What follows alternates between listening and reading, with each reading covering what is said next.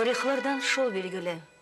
Хадиша хәзрәтләре үлем түшәгенә яткач, ире Мөхәммәд пәйгамбәр аның янына килде.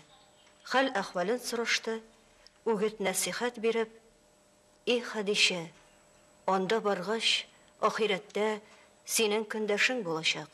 Асияне, Фиргавын кызын һәм Мәрьямны, Гайса галәйһиссәламның газиз әнкәсен күрерсең. Аларга миннән сәлам әйт", диде. Хәбәрләр шулай килә. Кайчан кыямәт көне ирешер, Аллаһ Тәгалә рәхмәте белән хак бәндәләр җәннәтле булырлар. Мөхәммәд пәйгамбәрнең Асиягә һәм Мәрьям анага никах туенда катнашырлар. Хадиша хәзрәтләре дәфен кылганнан соң, вакытлар узуга кызы Фатыйма: "Әти, нигә үләр алдында әнинең күңелен рәнҗеттең?" дип Мөхәммәд галәйһиссәламнан сорады. "Кызым", диде пәйгамбәр, "анаңның изгелек дәфтәрендә һәр яхшылыкны күрдем. Ләкин көндәшкә сабыр итте дигәне булмаганга, шул юлында тутырыр өчен әйттем", дип белдерде. Бу хәбәрдән соң мөслимәләр өчен ирләренә карата көнчелек тотмаска тиешле булып шәригатьтә күрсәтелгән. Мондый хәлләр татар халкы арасында да чирап торды.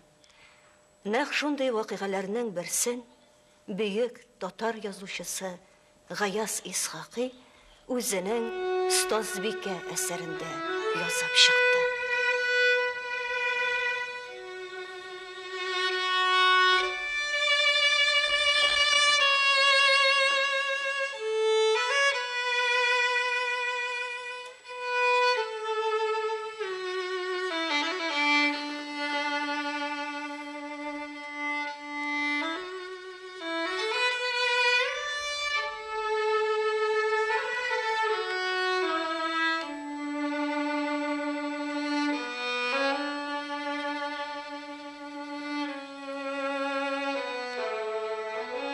Көн үтте, ай үтте.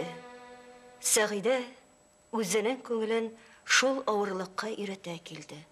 Вакыт узган сайын көндәшнең ачысы кимәмәсә дә, Сәгыйдәнең ачыга чыдавы арта барды. Аның күңеле ныгый килеп, ахырдан ул үзенең шул корбанны итә алырлык көч җыйганны хис итеп, хәзрәткә мәсьәләне чиште.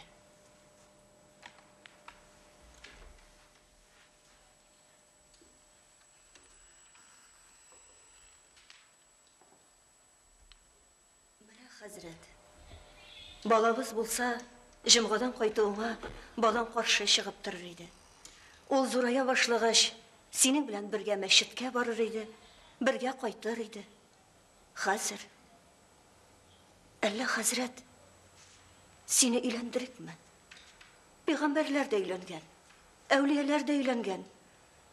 Шуңа күрә менә мин сине өйләндергә кирәк дигән уйга килдем. Сиңа яхшы булмакчы булдым. Кызын да таптым. Фәхри абзый кызы, Галимә. Миңа хәзрәт рөхсәт бир. Мин Зөлфия абыстайга яхшы булып барыйм.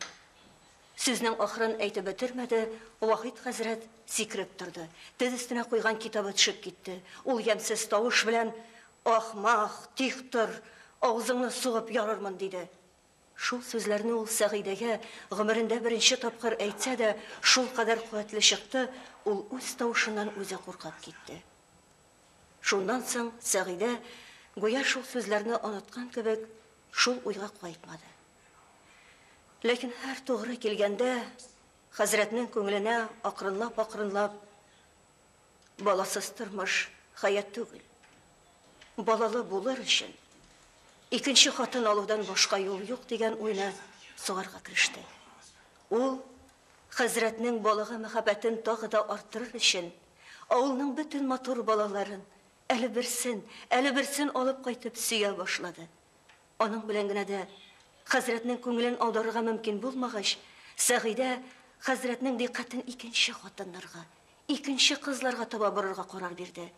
Бер мәртәбә ул бүлмәдә шигыр чигеп тора торган Галимәне күрсәтер өчен Хәзрәткәем, бүлмәдән кымганыңны үзең ал. Сыйырым моңаеп тора дип, галимәсенә кертте. Бер мәртәбә ул белмәмешкә салынып хәзрәт түренә, хәзрәт китап карап тора торган бүлмәгә 3-4 кызны бер юлы кертте. Шулай ук белмәмешкә салынып, кызларның Мөхәммәдия тавышларын да хәзрәткә ишеттерде. Берсенең кубыз уйнап, икесенең биюен дә хәзрәткә күрсәтте.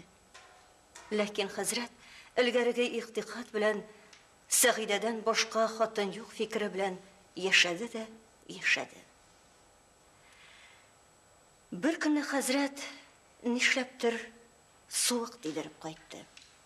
Икенче көнне намазга чыга алмады, өченче көнне җомгага да бара алмады.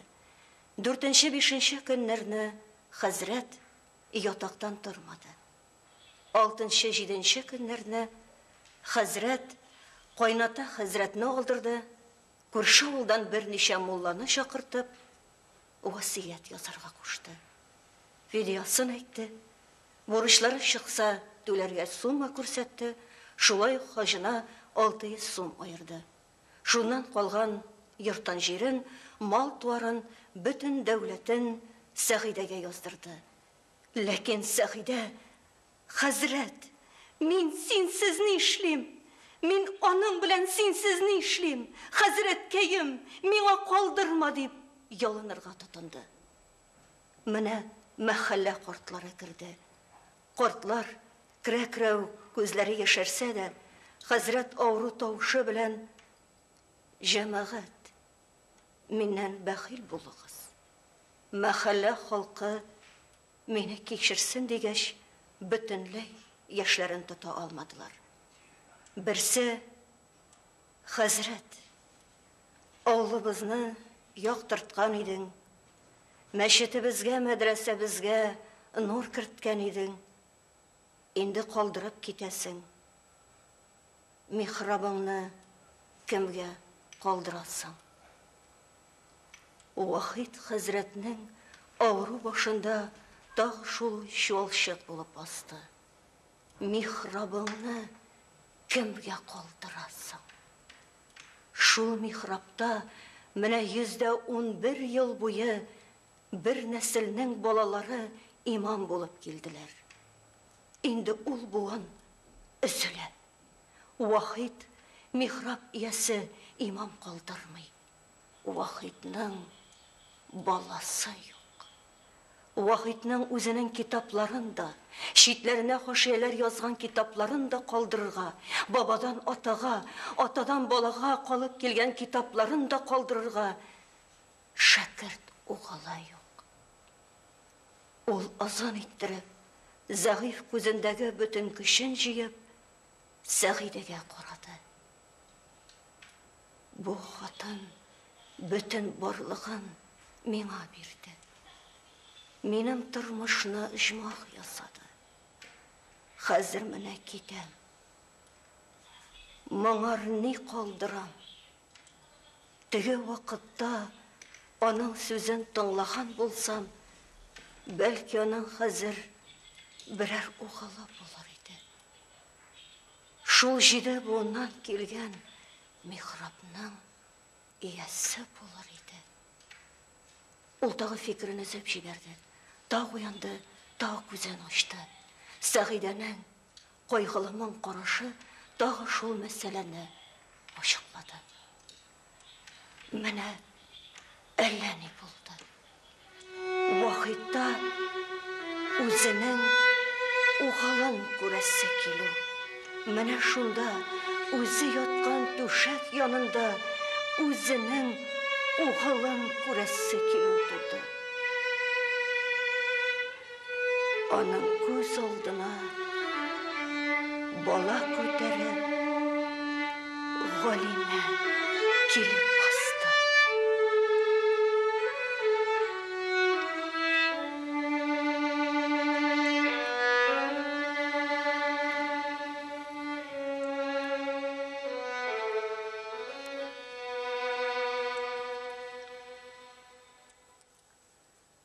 Хәзрәт белән Сәгыйдә бер сүзгә килделәр. Шуны да сүз белән түгел, тойгы белән әллә ничек аңладылар. Шуңа күрә Сәгыйдә, хәзрәт, әле сәфәр айы кергәнче, эшне тамамлыйкмы дигән сөйлгә дә, хәзрәт, үзеңә кара, остазбикә диде. Кич буялар икәү туй яракларын санап чыктылар. Әллә үзләре оныттылармы? Берсенең кияү булып, яшь хатын китерергә әзерләнгәнен, берсенең карт хатын булып, көндәш китерергә әзерләнгәнен хәтердән чыгардылармы? Шул эшләрен һәммәсен, угылларын өйләндергә йөргән карт белән карчык кебек тыныч, кызларын үзләре теләгән урынга бирә торган абыстай белән абзый кебек шат эшләделәр. Шул ук кәеф белән Сәгыйдә Зөлфия абыстайга яучы да булып барды. Ул шул ук кәеф белән хәзрәтне кияү итәргә әзерләнде. Ул шул ук кәеф белән туй ашлары пешерде. Һәммәсе хәзер булып, хәзрәт кияүчә киенеп, Аятул Көрси укырга утыргач та, Сәгыйдә акыртын гына тезләнеп, ике кулын Алла дәргәһенә сузды. Ул, хәзрәт дуга кылып, ишеккә таба бара башлагач та, элгәре кебек үк көләч йөз белән «Хуш, хәзрәт» дип кулын сузды. Атка утыргач, хәзрәтнең «Хуш, Сәгыйдә» диюенә каршы, элгәреге кебек үк көләч, шат йөз белән «Хуш, хәзрәт, сау, сәламәт бул» диде. Атлар күтәрелеп, кыңгыраулар шалтырап, түбән очка төшеп киткәч тә, Сәгыйдәнең йөзенә, төсенә кайгылык, кәефсезлек чыкмады. Ул кияү узатуны карарга килгән әллә никадәр балага туй төсе булсын дип бүләкләр бирергә онытмады. Ул гади көндәге кебек акшамнан соң иләрен җыештырды. Ястудан соң гади көндәге шикелле урын салды. Түшәкне кабартты, ястыкны күпертте, япмаларын пөхтәләп япты, юрганны ачты, хәзрәт ята торган иттереп, түшәкнең мамыгын теге таба төртте. Шул эшләрен хәзрәт ястудан кайтыр кебек ашыга-ашыга, тиз-тиз эшләде, ашыга-ашыга кичке күлмәген алыштырды. Ләкин ни өчендер ул шул урынга якын килә алмады. Ул 12 елда беренче мәртәбә шул урынның ят икәнен, бөтенләй ят икәнен сизде. Бердән бөтен тәнен салкын тимер белән кайрып алгандай булды. Аны суыклык бәйләде.